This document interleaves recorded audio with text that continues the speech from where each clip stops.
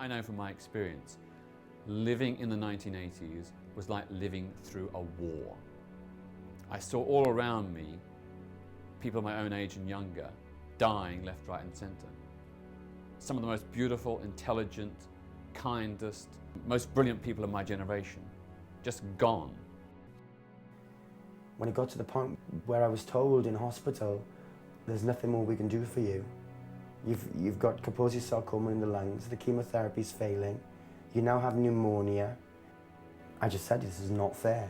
I've stopped drinking, I've stopped smoking, I'm eating well, I've done all of the right things, and it's not fair because I shouldn't be dying, because I've done it all right. You know, damn it, you know, I deserved to get through this.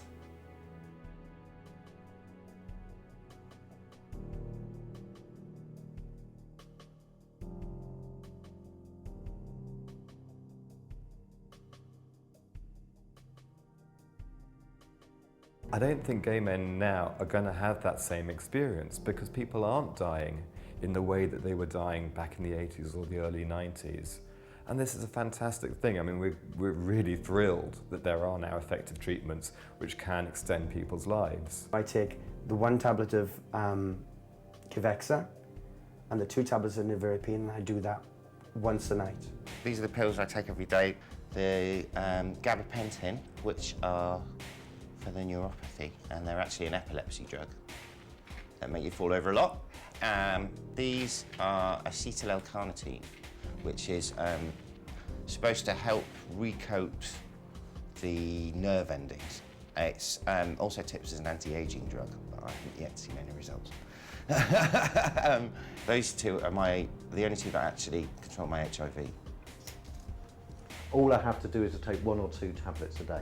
Therefore, it doesn't matter if I catch HIV. So there's been a kind of laziness, I think, amongst people trying not to catch HIV in this, it doesn't really matter.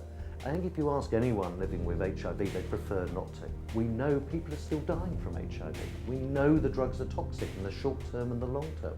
We know that you have to take tablets every day for the rest of your life. It's not as easy as people think.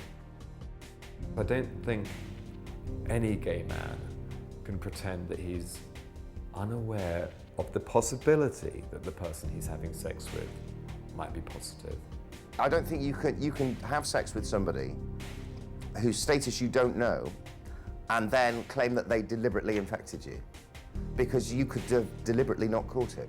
Just because you don't know your HIV status doesn't mean you're HIV negative, and so we all need to think about that as well, and it's our duty to practice safe sex. Yeah, and in an ideal world, have regular HIV tests so that we all know exactly what's going on. Feeling quite happy that I'm actually doing it rather than just putting it off like I have been in the past. I just want to be able to feel secure in my status as well as my sexuality.